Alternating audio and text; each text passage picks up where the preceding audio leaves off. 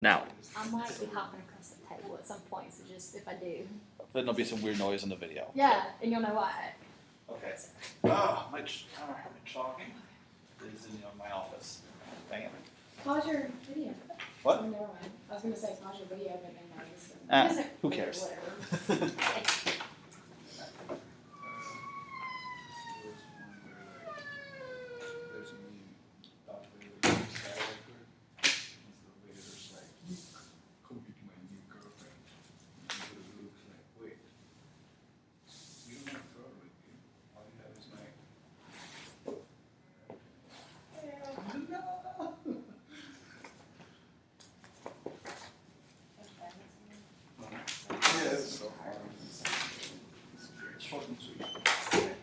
Okay.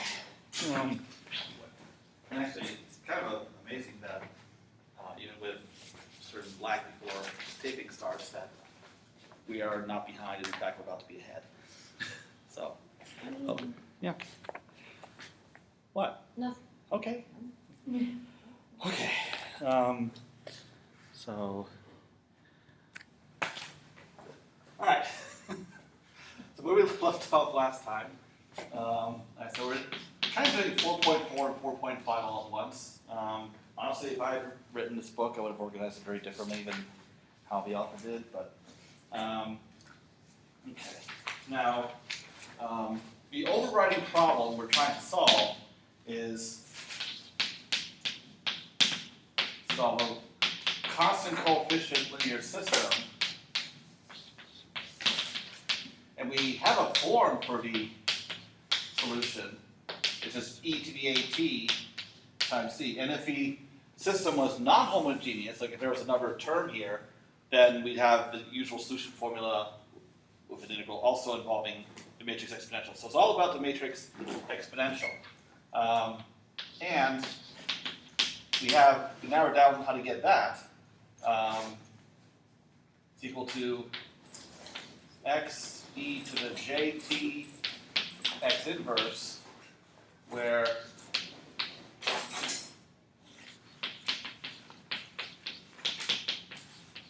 we have the j being the Jordan canonical form, or simply the Jordan form.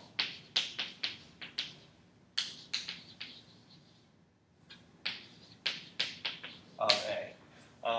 And the Jordan form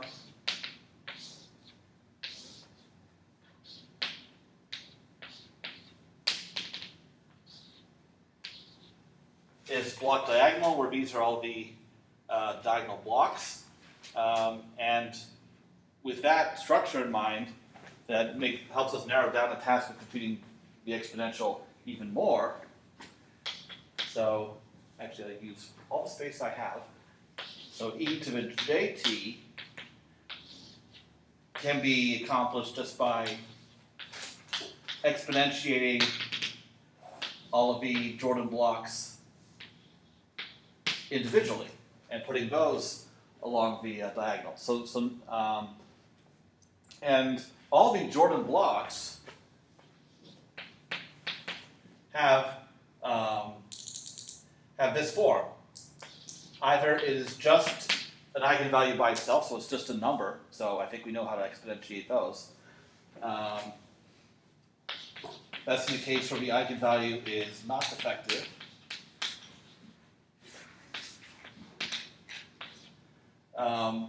And the other possibility is where you have a matrix for your Jordan block, where the eigenvalue is repeated along the diagonal, and you have ones along the superdiagonal, and that is the defective case, where you have eigenvectors and generalized eigenvectors. Okay, that's where we got to last time, and some information about how you compute generalized eigenvectors. So I want to say something about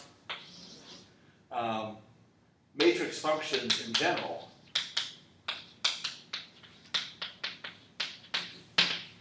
Such as the exponential. Because these play a big role, not just in differential equations, but elsewhere throughout linear algebra. In fact, matrix functions play a huge role in my own research, as at least 3 of you are going to be dealing with. Okay, so the idea is, first some general words about matrix functions. Suppose you have a function f of x.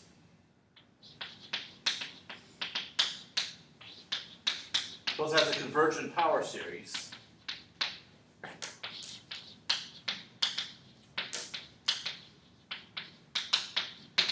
For instance, so in other words, if f is an analytic function using a complex analysis lingo. Okay, so f is some.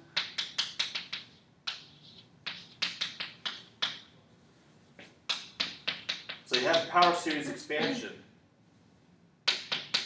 of f around your center, x naught.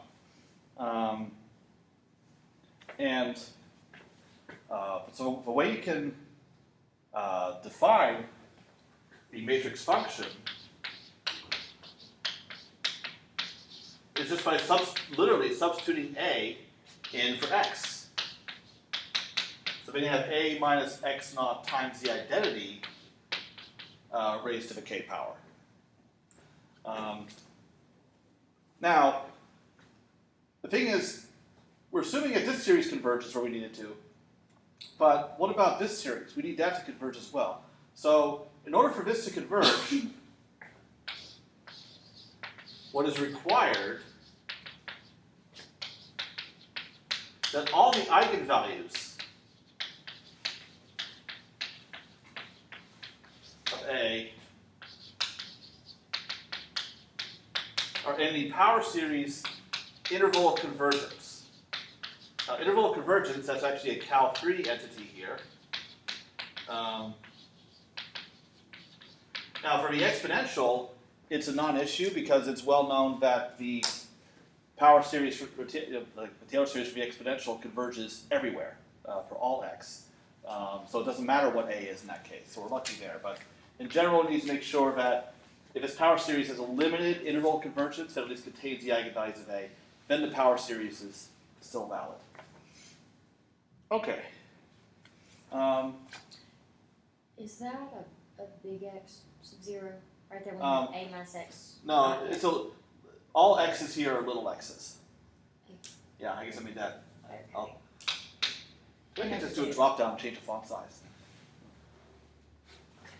Okay. But those are well, with the ones that didn't have the vector symbols. Yeah. That's what I thought. Okay. I was making sure that's not. Okay.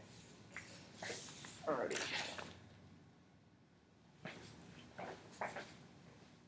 It looks more like the Stewie Darth Vader. Okay, yeah. Oh yeah, but also the Family Guy Star Wars you should dark side. also see if you haven't. And be careful, if I hit the wrong button, this will stop recording.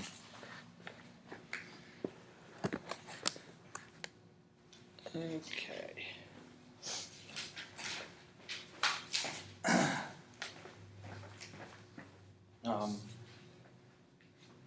Okay, yeah, I guess I can still work around that. You could erase it if you want. All right, so if A has this Jordan decomposition, xj, x inverse, then f of A can be, so for practical computation, you only have to apply it to the Jordan form, which is a whole lot easier. And that itself breaks down into applying a function to the Jordan blocks along the diagonal separately. So if the matrix A is diagonalizable, then J is a diagonal matrix, and that's super easy because then you're just applying a function to n numbers. Okay. So in fact, so let's look at two cases. So first, if it's diagonalizable, so that means that A is equal to xd x inverse. So f of A is x f of d x inverse, and f of d is just a function applied to the eigenvalues. So that's the case we definitely prefer, because function of a matrix is then reduced to applying a function just to numbers. So we're back in familiar territory. Okay, now, what if we have a case where it's not diagonalizable? Okay.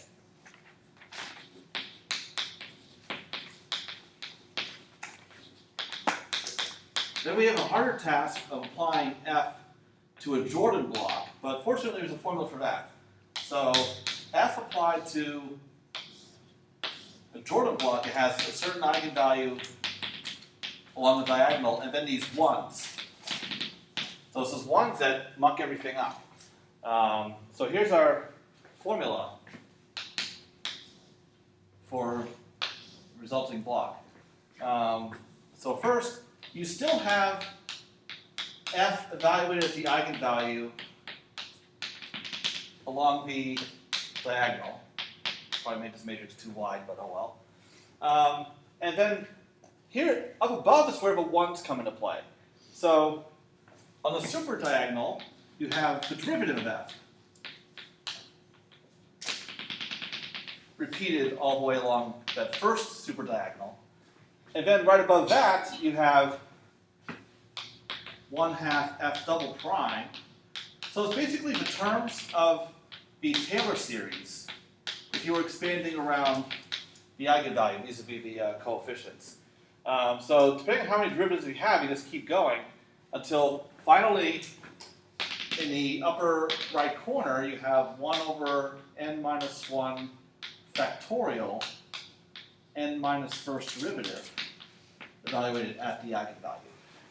So at least there's still a concrete formula for this, but for a large matrix especially, this would be a bit of a pain. Okay. But again, and we're assuming that the block is n by n for the notation over there. So in practice, Jordan blocks for systems of ODEs tend to be pretty small, like maybe 2 by 2. 3 by 3 is an unusual case, so it's not so bad, but yeah. We just don't like to have non-diagonalizable matrices. They're okay. All right. So now what we'll do is actually we'll take a look at a 2 by 2 block, because doing it this way gets us out of having to deal with the Taylor series expansion of f. Because we did an example involving matrix exponential for a matrix like this, and we looked at the power series term by term. So that's kind of tedious. But using the derivative of f with respect to lambda, we have an easier way.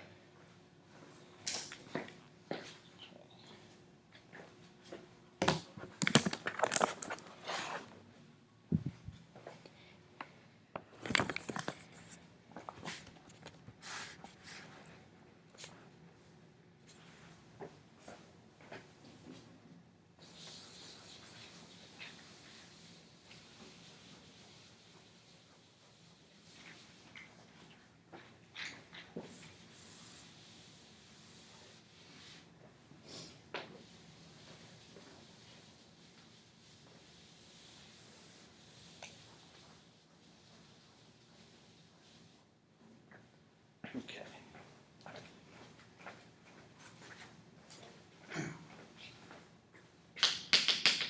So let's suppose our matrix a 2 by 2 Jordan block. So an eigenvalue of 2, so then we have a 1 on the diagonal. So for e to the jt, we would evaluate e to the lambda times t on the diagonal, so it'd be e to the 2t, e to the 2t. We have a 0 down here.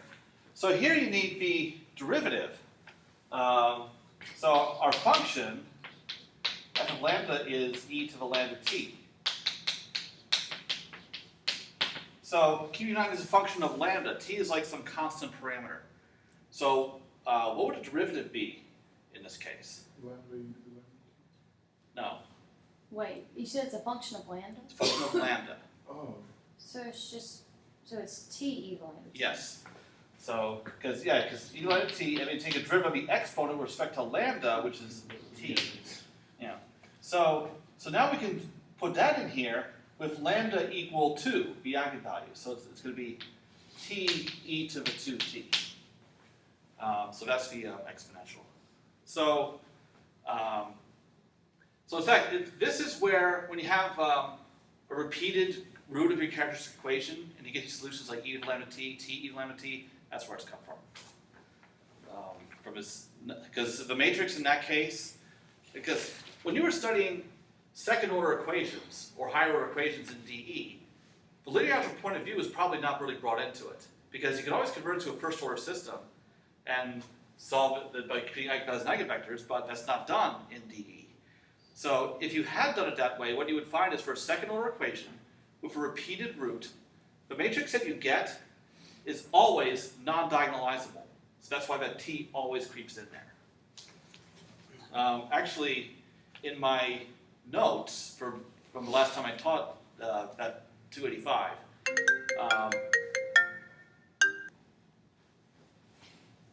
okay. Uh-oh, I want to know why Dana's calling me. Okay. It might be important Well, if she's calling you during class. she doesn't always know when I have class. Maybe you should text her and be like, is it an emergency? Or Or not. I when I got to the campus this morning and parked, I saw that I had a tire that was pretty dang low. In fact, it was almost might as well have been flat. So I put air in it, and I'm going to see what happens at the end of the day.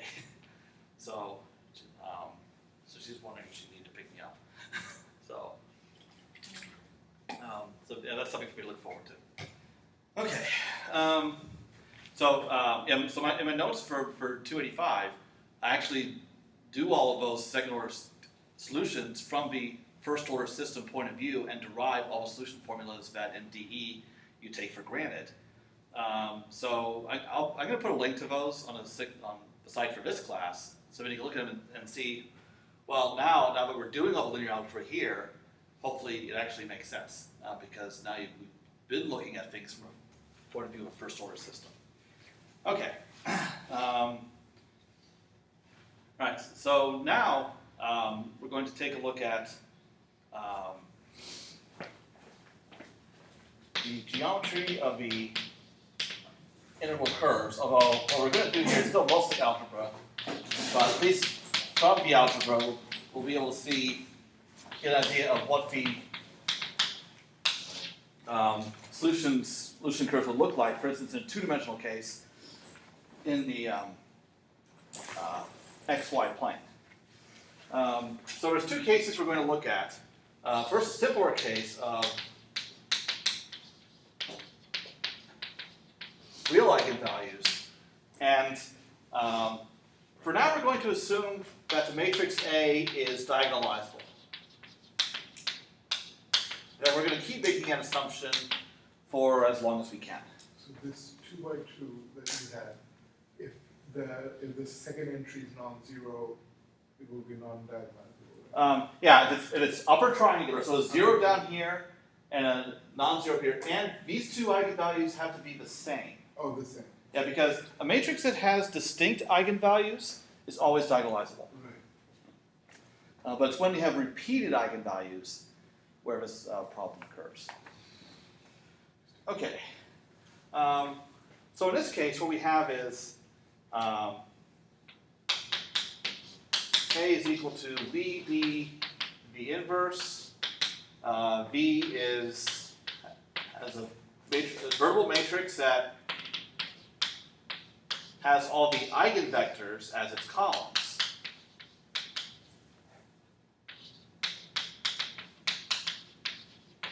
Okay. And then the eigenvalues in this case, they're all real. They're not necessarily distinct.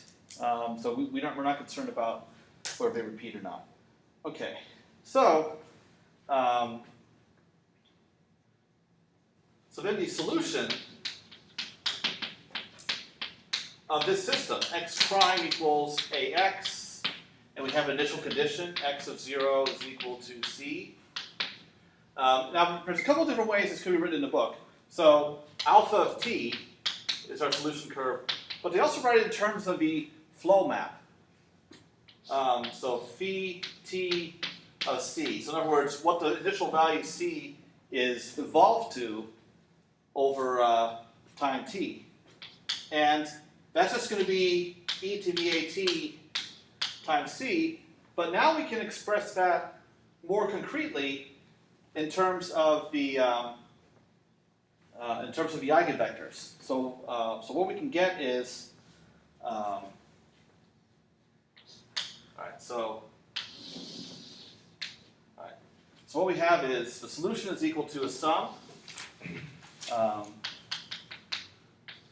and we have constants ki, and then e to the eigenvalue times t, times the eigenvector vi. And as far as these constants are concerned, we can take a vector c and write it as a linear combination of the eigenvectors. So, because the eigenvector, since it's diagonalizable, they form a basis for Rn. So any vector can be expressed as a linear combination of them. So C happens to be this linear combination, and then those same constants, these ki's, end up being used here. So another way of looking at it is I can take the linear system Vk is equal to C, and I solve it for k using Gaussian elimination or whatever process you want to use. So k is a vector of all these ki's. C is the given initial value. So k is basically V inverse C. All right, so if you have the eigenvalues and you have the eigenvectors, you expand C in the basis of eigenvectors, and now you can expand the solution in the basis of eigenvectors too. And all that means is you're just exponentiating each of the eigenvalues times t. So this is the simplest case of expressing the solution to this kind of system, and everything is nice, where it's real and diagonalizable. Okay. So now what I'll do is, okay, yeah, I guess I better switch boards. Step through an example for this real eigenvalue case. And then we'll get to the complex ones, which is much more fun.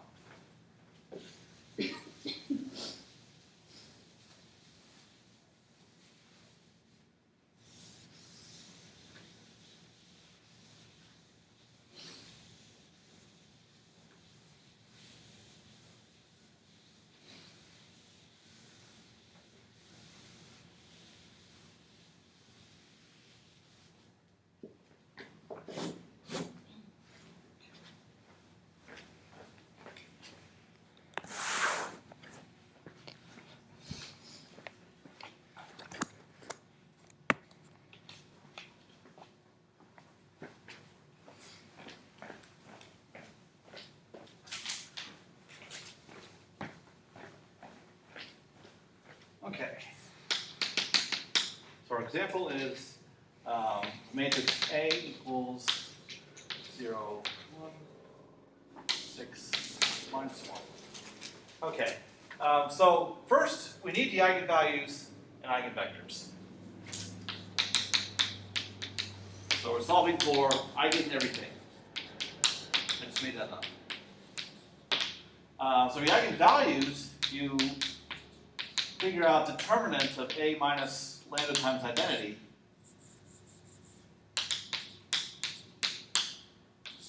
So that'd be minus lambda 1, 6, and minus 1 minus lambda. So then you go ahead and just take the determinant of that, which is lambda plus 1 minus 6. So it's lambda squared plus lambda minus 6. And that factors nicely.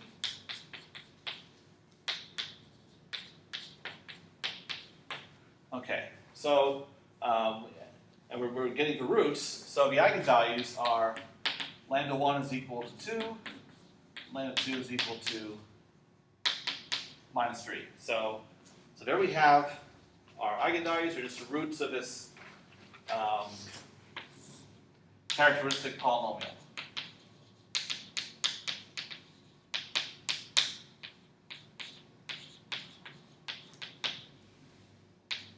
Okay.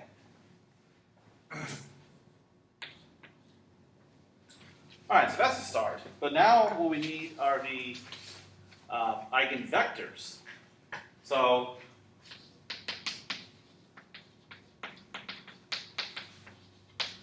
and actually, the homework problems from this section are basically this kind of case right here. That's why I'm doing this example. Okay. So, oh, okay.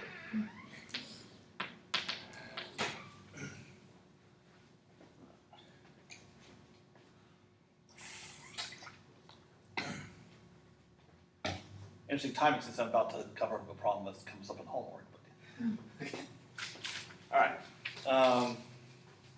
So first, for our first eigenvalue, lambda 1 equals 2, we need to solve the system A minus the eigenvalue times identity times V1 is 0. So V1 is our first eigenvector. And then, so now we go ahead and form this system. So we have A minus 2 times identity. So minus 2, 1, 6, and minus 3. And the two components of V1 I'll call V11 and V21 equals a 0 vector. So now go ahead and write all this out. So we have minus 2 V11 plus V21 is 0, 6 V11 minus 3 V21 is 0. Now, keep in mind though, A minus 2 times identity by virtue of 2 being an eigenvalue is a singular system. And we only have 2 equations. So that means that the 2 equations are, Multiple one another. they're not linearly independent. So now in the simple case, we only have 2 equations. That just means you have, one equation being a multiple of the other. So we can just focus on only one equation, and it doesn't matter which one. They're basically the same. Basically, the second equation is minus 3 times the first one. So what you can do, because also, when you're solving a homogeneous system, you have free variables. So you can pick one of them to be like equal to 1, and then you solve for everything else. Because every multiple of a solution is a solution. So we can just make an arbitrary choice. So what I can do is say, again, the choice is arbitrary. I'll let the V11 equal 1, and you plug that into the first equation, and then you can just solve for V21. So if I let V11 equal 1, then what's V21? 2. Yeah, because you have minus 2 plus something equals 0. So that means our eigenvector is just a vector 1, 2. So that's one eigenvector.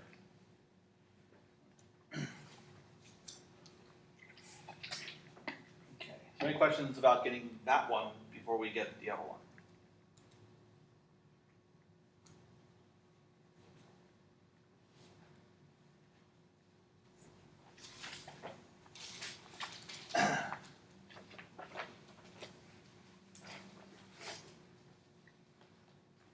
I think this example shows as well as any that higher level math classes are really taking things from lower level math classes and just stringing them together in completely different ways. These are things that you would have seen long ago, but not in this context. Okay, so now we move to the second eigenvalue. Lambda 2 is -3, and we solve a similar system. So we want to solve A plus 3 times identity. I don't know what that is. Oh. Does that say negative lambda 2? What? Does it say negative lambda 2? Or is it just a mark on the board? Oh, that's a mark on the board. Okay. Okay.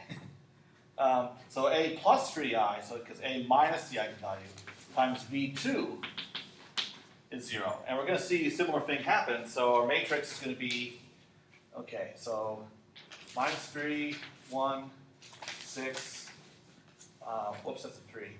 And then minus 1 plus 3 is 2. V 1, 2, V 2, 2 equals 0. So we can see, again, that the second equation is just twice the first equation. So if we look at the first equation, 3 V12 plus V22 is 0. So I can let V12 equal 1. So what is V22? Yeah, it's -3. So V2 is 1 and -3. Now, it's somewhat coincidence, where I kind of contrived the example so that the eigenvectors would turn out to be 1 up top and the eigenvalue down below. That is a result of, because this matrix, I constructed this matrix as something that would come from taking a second order DE and converting it to a first order system. And when that happens, this always happens, but I could have picked some other random matrix and got something completely different. So. Okay. So now we have the eigenvalues and eigenvectors. So now we can use a solution formula from before and write down a solution. So, all right. So we have x of 0 equals c, and the vector c is expanded into k1v1 plus k2v2. So for a given c, you would need to solve a system to get the coefficients k1 and k2, and then your solution is using the flow map notation. So it's going to be k1 e to the 2t v1 plus, well actually I'll write this as lambda 1, and then I'll fill in everything after, plus k2 e to the lambda 2t v2. So now we fill in what everything is. So that's k1 e to the 2t times the vector 1, 2, plus k2 e to the minus 3t times the vector 1, minus 3. So then we can assemble all of that into one vector. Okay, so we have k1 e to the 2t plus k2 e to the minus 3t, and then 2k1 e to 2t minus 3k2 e to the minus 3t. Now, notice the second component happens to be the derivative of a first component. That again is because of a kind of example I did, where this is a second order DE reduced to converted to a first order system. So that does not happen in general, okay, just so you know. Okay, but regardless of where the example comes from, this is how you handle the real diagonalizable case. Get the eigenvalues, by whatever means, in this case characteristic polynomial, then get the eigenvectors by solving these systems, and then once you have that, then you have a way of expressing the entire solution in terms of whatever initial data you have. But the ones in the homework won't be that easy. Actually, I was pretty benevolent on those. Oh. So, yeah, there's a couple 2x2 examples, real eigenvalues. So, yeah.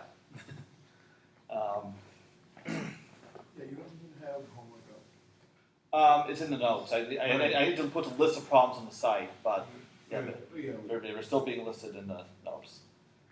Okay. Right. Any questions about this one before we look at the complex case? All right.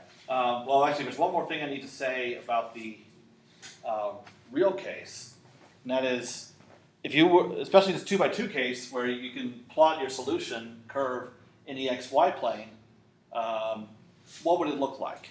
So we'll talk a little bit about that. Actually, the section is called the geometry of integral curves, so I guess I should say something about that geometry. I don't think I need to go on for 35 pages about it like the book did, but.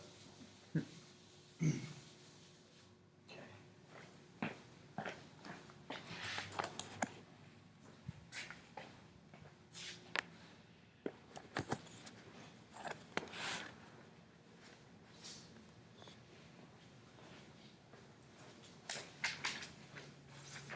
Okay.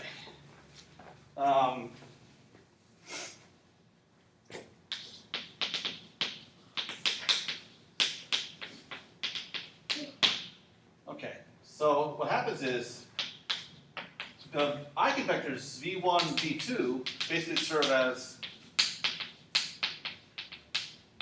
asymptotes in the xy plane. So I can draw it for this example right here. So one of the eigenvectors is 1, 2. So here, okay, so this is v1. And then the other one is here.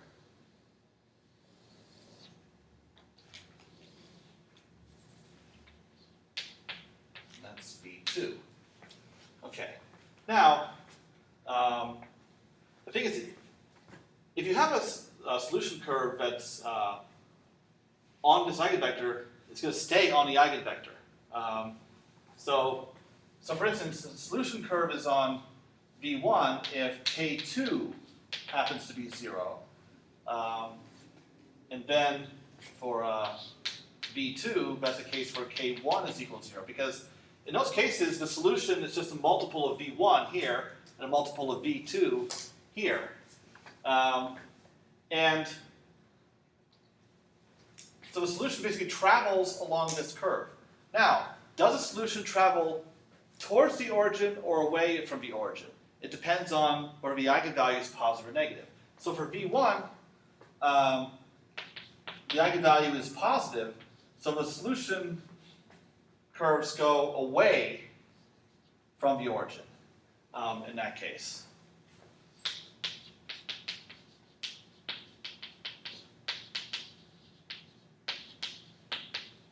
So if you have your initial point that's somewhere out here, like on this line, as t moves forward, it'll just shoot off to infinity in that direction. Or if it starts down here, it'll go in that direction. On the other hand, for v2, the second eigenvalue is -3. So those solutions will head towards the origin.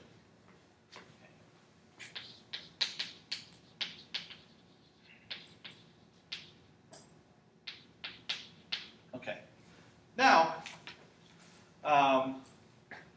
what happens if your initial point is somewhere else? Well, in that case, it's a linear combination of v1 and v2. So let's suppose you have something like your initial point C is somewhere out here. Then what happens is, whichever eigenvalue is the larger of the two, and I don't mean in terms of magnitude, I mean like the larger eigenvalue considered being greater than a negative one, no matter what. What happens is the solution tends toward the dominant eigenvalue. So what happens in this case, 2 is a dominant eigenvalue, so it's going to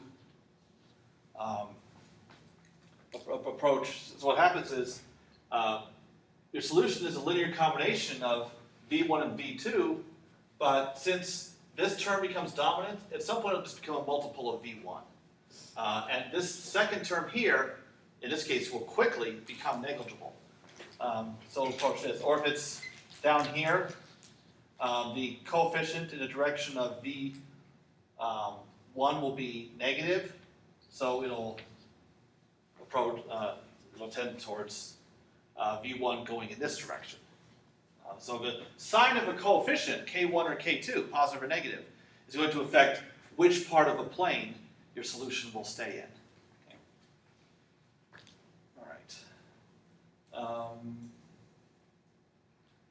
All right, so negative values pull solutions toward the origin, positive eigenvalues drive the solution away from the origin. So that's the key thing to C keep in mind. is going to V1 because of the e to the 2t. Yes.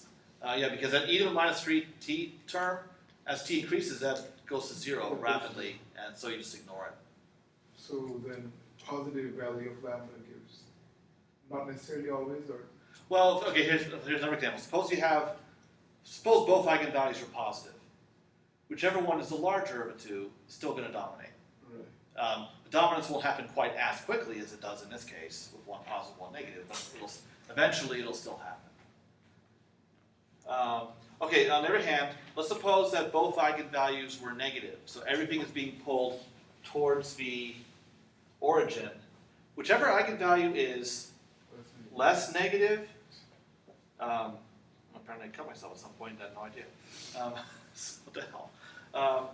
So what's going to happen in that case is the solution will become a multiple of that, but still heading towards the origin because of the negativity.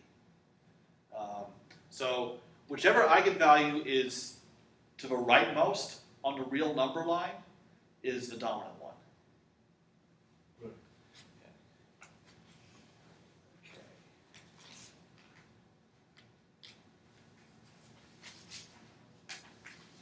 Is there any questions about this one?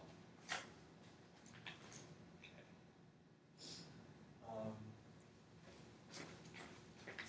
I may not get all the way through complex today, but that's what Wednesday is for. Okay. Actually, I might not have enough stuff.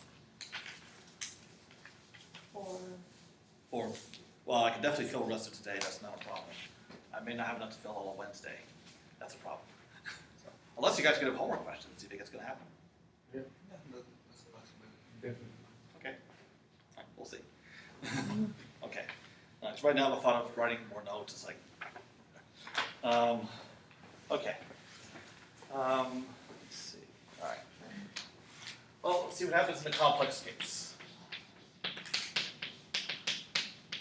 Like when I was writing these notes earlier, it's like, okay, this will fill the week, no problem. Okay. So here manipulations are more of a pain. So I'm going to assume that n equals 2. So just handle that simple case, and then later we'll generalize to when you have multiple complex conjugate pairs of eigenvalues, because A is still real. That's our assumption throughout. So the eigenvalues have this form, A plus bi for lambda 1, A minus bi for lambda 2, and what happens is because the eigenvalues are complex conjugate and A is real, the eigenvectors are also complex conjugates. So I can write it this way: U plus IW for V1 and U minus IW for V2. And so even though the eigenvectors are complex, just like the eigenvalues, U and W are real. Now the thing is, you go ahead and find the eigenvectors the same way we did in the real case. It's kind of tedious because you have to perform complex arithmetic. So one of our goals in describing a solution is we want to avoid complex arithmetic.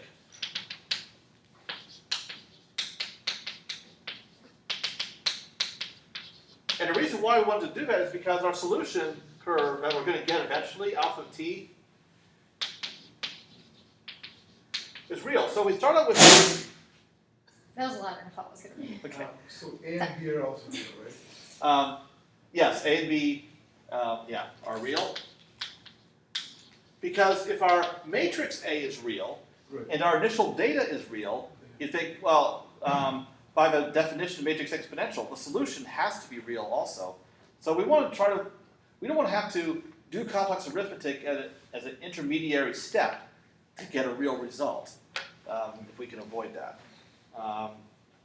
Okay, now,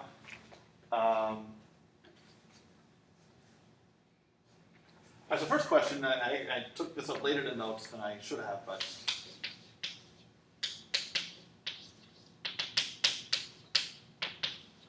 how do we get the vectors u and w directly? In other words, without computing v1 and v2. We're still going to use the eigenvectors v1 and v2 to figure this out, but the point is, v1 and v2 satisfy certain equations, like the ones I solved over there in the real case. What are equations that would characterize u and w? That's what we're going to find out. Okay. So, if we look at these equations, a times u plus iw is the eigenvalue, u plus iw. And then we have the same thing for the other eigenvector, u minus iw is a minus bi, u minus iw. So all we have to do is multiply out both of these, and then we group together real and imaginary parts. Because the real and imaginary parts on both sides have to equal each other. So that's when I think about dealing with complex equations, a single complex equation is actually two real equations because we have real parts match, imaginary parts match. Okay, so let's go ahead and do that over here.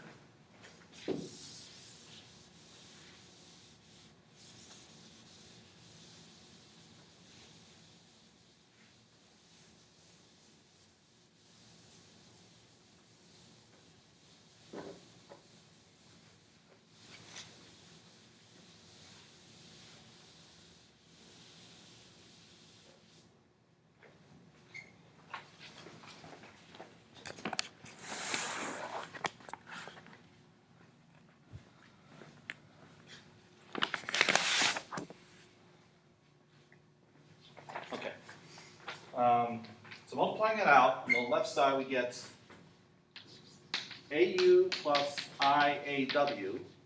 So here's our real part, here's our imaginary part. And then on the other side, we have to carry out full complex multiplication. So that's going to be AU minus BW, because B and W are both multiplied by I. I squared is minus 1. So that introduces a minus. So this right here is the real part. So that has to match this. And then the imaginary part is whatever you have multiplied by I. So that's going to be, yeah, so it's going to be BU plus AW. Okay. All right. Okay, actually, yeah, we only need the first equation. If you do the if you multiply out the second equation, it's not really going to give you anything new. So that means we have AU is little AU minus BW, and then AW is equal to BU plus AW. Now, I'm going to rewrite these to make it easier to see what equations we need to get u and w. So I'm going to move the u terms to the left, u term to the left side of the first equation. So a minus little a identity u is equal to minus bw. And then a minus a identity w is equal to bu. Okay. So now what I'm going to do is I'm going to take a first equation and multiply both sides of it by a minus little a identity. So that's going to give me a minus little a identity squared on the left side. It's equal to minus b times a minus little a identity w. But a minus little a identity w I have here. So it's minus b times bu. So in other words, I've been able to eliminate w from the equation completely. All I have is u. So now I can move everything to one side. A minus a identity squared plus b squared identity all times u is 0. So this gives me a defining equation for u. So I don't have to do any complex arithmetic. Unfortunately, it's a square matrix, but oh well. This is not a numerical analysis class, so we can do terribly inefficient things like that. Chance our matrix is small anyway. So now I have u. Once I have u, how can I get w? Well, that's easy. All I have to do is use what? Once I have you, like. Yeah. All I have is you. Sounds like a song. Yeah. I'm sorry. You should really choose your letters a I was too little into more that for wisely. you think that I was Well, yeah, but I tried to take this from the book and. It just kind of went over my head, and the catch comes back, and I was like, oh yeah. Oh, you were also thinking the same thing. I mean, yeah, ever since you said all I have is you. Oh, yeah. And then Abdul's like, oh yeah. No, because you do think Okay. those things in math. Anyhow, They do. Generally. We do. so now I can just use this equation They started it. and say w is equal to minus 1 over b, a minus little a identity times u. So you're plugging in this equation 1, right? The Um, top one. Yeah, just taking this and rearranging it. So here are the equations I actually use. So once I have the eigenvalues, a plus bi, a minus bi, I just go ahead and solve this system and then plug and chug to get w. Okay. So that's one key step.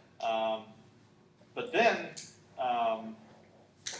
we need to be able to express the solution. Now, we can start by doing something similar as in the real case by expressing everything in terms of the eigenvectors. So the solution in this 2 by 2 case is alpha of t is some constant v1 e to the lambda 1 t plus some constant v2 e to the lambda 2t. So that part is no different from a real case. It applies anytime you have eigenvalues with linearly independent eigenvectors. I should mention it's guaranteed that u and w are linearly independent. That's going to help us express the solution, because if u and w were not linearly dependent, they'd be multiples of each other. And what would happen is you would be showing that two different eigenvalues have the same eigenvector. And that's not possible. So a simple proof by contradiction would prove this. Okay. So here's the solution expressed in complex form, but I want to get this in real form. So Now, the coefficients C1 and C2 are also complex, but we'll deal with that also. Okay, so we have u plus iw, and then this is a complex exponential. So this is e to the at times, for the imaginary part, we have cosine bt plus I sine bt. And then we have, similar for the second term, also e to the at cosine bt minus I sine bt. Because this is the eigenvalue a minus bi, and sine is an odd function and cosine is an even function, so it shakes out this way. Okay. So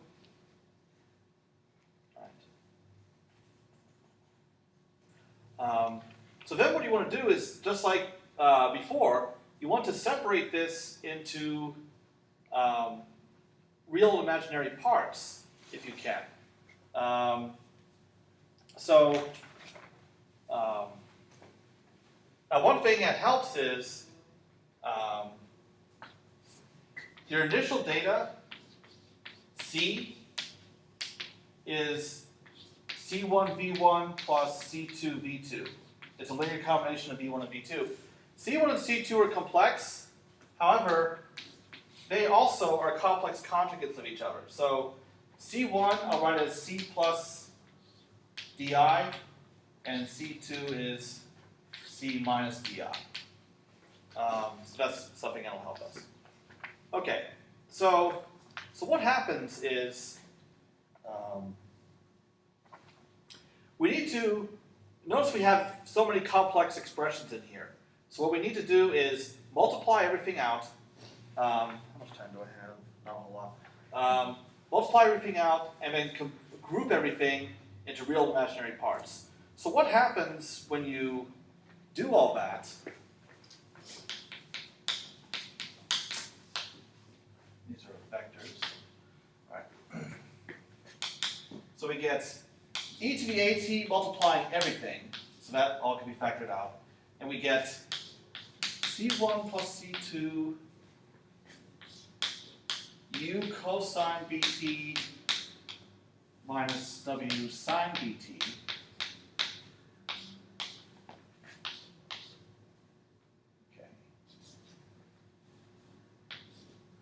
Okay, plus I, c1 minus c2,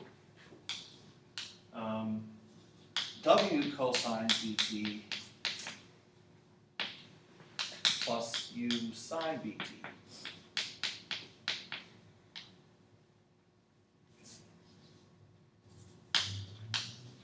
Okay. Now the thing is, C1 and C2, as I mentioned, are complex. However, C1 plus C2, when you take two complex conjugates and add them together, what you get is twice the real part. So this whole thing in here is real. Also, C1 minus C2 is 2i times the imaginary part. So this I combined with this I, again, makes everything real. So at least we have a clear way to see that the solution, in spite of whatever complex values in it, still turns out to be real. Okay. Let's see. So now I can express a solution in this form, but it's still a solution. Alpha t is 2e to the at cu minus dw cosine bt minus cw plus du sine bt.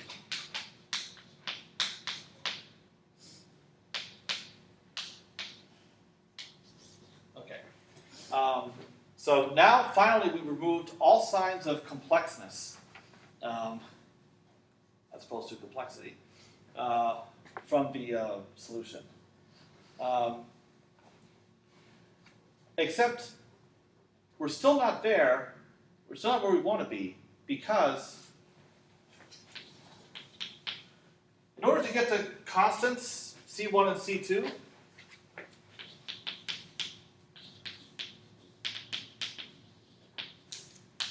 these come from the original complex eigenvectors, which we want to avoid computing.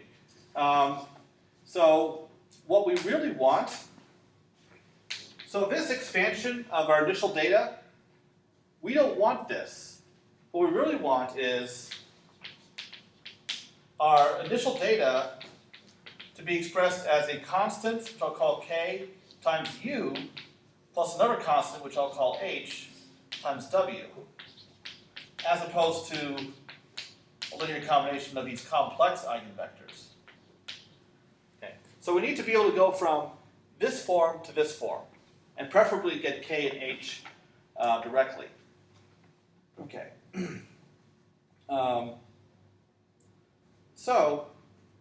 Let's see, do I have time to do that? Not really. Okay. But what we could do, the basic idea is set these two equal to each other. And keep in mind that C1 and C2 have a known complex representation in terms of C and D up here. So if we equate these two and equate real and imaginary parts, well, this whole thing is real. And then the imaginary part of this should be 0. Then we can get it to work out. And since it is currently 4:44, I am not going to go any further than that today. But at least I have something left for Wednesday. And you guys can bring home questions.